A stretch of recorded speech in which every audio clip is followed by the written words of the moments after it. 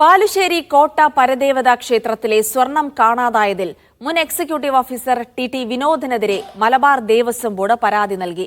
കാണാതായ 20 പവൻ സ്വർണം രാവിലെ 11 മണിക്കകം തിരികെ എത്തിക്കണമെന്ന നിർദ്ദേശം പാലിക്കാത്തതിനെ തുടർന്നാണ് ക്ഷേത്രം എക്സിക്യൂട്ടീവ് ഓഫീസർ ബാലുശ്ശേരി പോലീസിൽ പരാതി നൽകിയത്. 1 പവനിൽ താഴെ സ്വർണം മാത്രമാണ് നഷ്ടപ്പെട്ടിട്ടുള്ളതെന്നും ഒരാഴ്ചയ്ക്കകം തിരിച്ചെത്തിക്കുമെന്നും വിനോദൻ മീഡിയ വണിനോട്. മിസ്സായ സാധനം ചെറിയ പോയിന്റ് അത് ഞാൻ കൊടുക്കാൻ തയ്യാറാണ്. ഒരാഴ്ചനുള്ളിൽ കൊടുക്കും. 10ന്റെ 5ന്റെ അടുത്ത് ഞാൻ പൈസ കൊടുക്കും. കാണാതായ സ്വർണവും രേഖകളും രാവിലെ 11 മണിക്കുള്ളിൽ ക്ഷേത്രം ഓഫീസിൽ എത്തിക്കാനായിരുന്നു ടി വിനോദനോട് ദേവസ്വം ബോർഡിന്റെ നിർദ്ദേശം. പരാതി വൈകിപ്പിച്ചതിൽ കോൺഗ്രസ് BJP പ്രവർത്തകർ പ്രതിഷേധവുമായി എത്തി. BJP പ്രവർത്തകർ ക്ഷേത്രം എക്സിക്യൂട്ടീവ് ഓഫീസർ AN ദിനേശ് കുമാറിനെ ഉപരോധിച്ചു. ആ പശുവിനെ ലേലത്തിന് വിറ്റു. ഒരു നടപടിക്രമമില്ല. അവിടുത്തെ സ്വർണത്തിന്റെ കാര്യങ്ങൾ എടുത്തുകൊണ്ടുപോയി. ഒരു തെളിവ് യാതൊരു വിധത്തിലുള്ള അന്വേഷണമില്ല. പ്രതിഷേധത്തിന് പിന്നാലെ എക്സിക്യൂട്ടീവ് ഓഫീസർ പോലീസിൽ പരാതി നൽകി.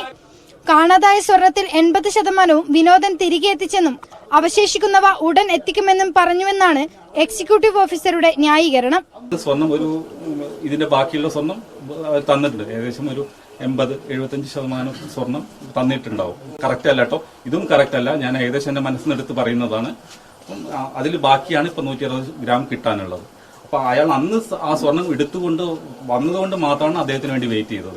ടി വിനോദൻ ക്ഷേത്രത്തിലെ എക്സിക്യൂട്ടീവ് ഓഫീസർ ആയിരുന്ന 2016 മുതൽ 7 വർഷ കാലയളവിൽ കാണിക്കയായി ലഭിച്ച സ്വർണ്ണ ഉരുപ്പടികളാണ് നഷ്ടപ്പെട്ടത്. മീഡിയ 1 കോഴിക്കോട്.